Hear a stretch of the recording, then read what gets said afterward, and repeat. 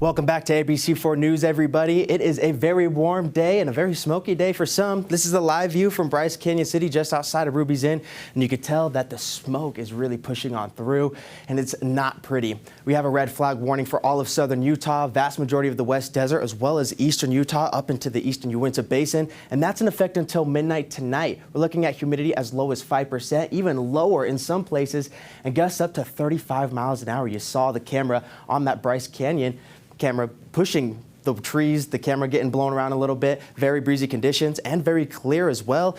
Only in southern Utah, though. Up here in the north, we do have a little bit of cloud coverage starting to move on through, and that's keeping temperatures below 90 degrees for most of us. 89 degrees here in Salt Lake, 85 up in Cache Valley. We have 90s down I-15 through central Utah, and a couple triple digits in the mix as well. Green River at 102, 100 in Moab, Hanksville, and Lake Powell. And St. George still sitting at a very warm 105 degrees. We have this high pressure system in place, which brings that sinking air, and that warms up very quickly.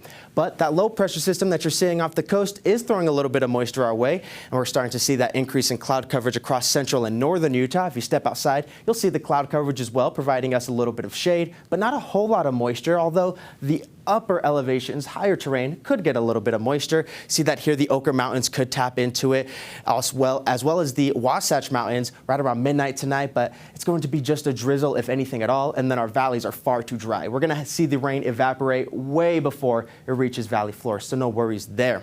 We have warm air in place right now, but as high pressure builds in the middle of the week, we're going to start to see those temperatures really crank up. It slides to the east, opens up the door for a southerly flow, and that drags that really hot Phoenix, Las Vegas air across the entire state, and that'll bring record heat to a lot of the Beehive State, and we could even see record heat hold on into Friday, but Thursday is our best chance. And then we have a trough that's going to dip in from the north. That'll switch the wind direction to a more northwesterly flow, bringing us cooler temperatures, but it won't be cool by any means.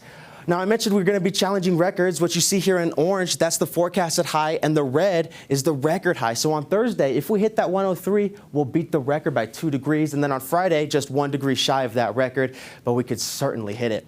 As for tomorrow, temperatures are going to be just a couple degrees cooler than they were today. So we're looking at 80s for most of the state, a couple 90s there as well. 102 for St. George, and the triple digits hold on to St. George for the next little while. Warming up to 107 for Wednesday, even warmer on your Thursday at 108. You do have a nice breeze that'll keep you somewhat cool, but not cool at all.